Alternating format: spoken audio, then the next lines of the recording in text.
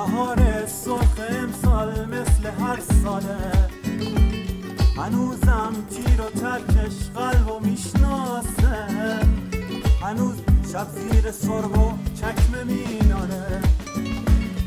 نخواب آروم گله بی خار و بی کینه، نمیبینی نشسته گله تو سینه. آخه بارون که نیست رگبار باروته، سزای عاشقای خوب ما اینه. نترس از گله دشمن گل لادن، که پوست شیر پوست سرزمین من.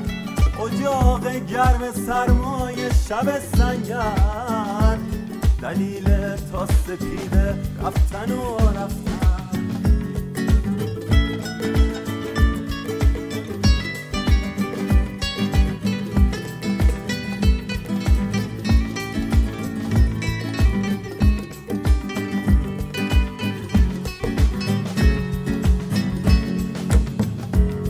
نخواب آروم گله بادوم ناباور، گل دل نازو که خسته گل پرپر.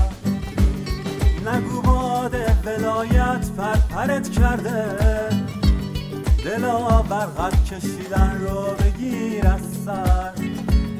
دوباره قد بکش تا اوج فواره، نگو این ابر بی بارون نمیذاره.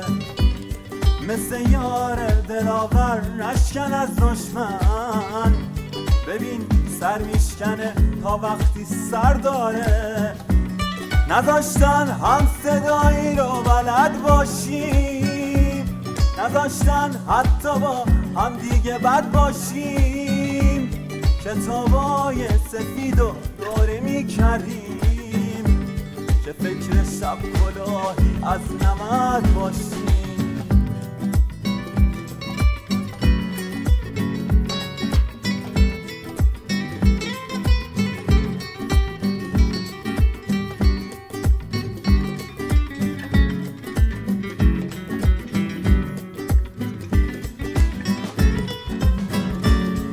نگو 70,000 آفتاب 1000 مهتاب، نگو کوتا دوباره بپریم از خواب. بخون با من نترس از گله دشمن، بیا بیرون از این مرداب. نگو تقوای ما تسلیم و ایثاره، نگو تقدیر ما 100 تا گره داره. به پیغام کلاغای سیاه شک کن، که شب جز تیرگی چیزی نمیاره. نخواب وقتی که هم بغضت به زنگیره، نخواب وقتی که خون از شب سرازیره. بخون وقتی که خوندن معصیت داره، بخون با من بیا تا من نگو دیره.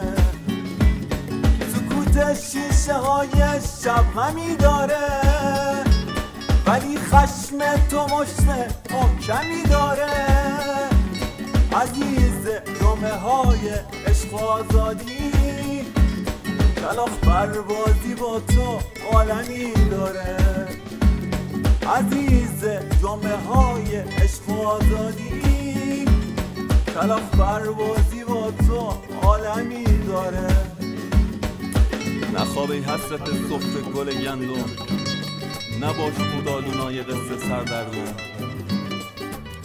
نخواب رو بالش پرهای پروانه، که فریاد تو رو کم داره این مردم. لا لا لا لا دیگه بس لالا.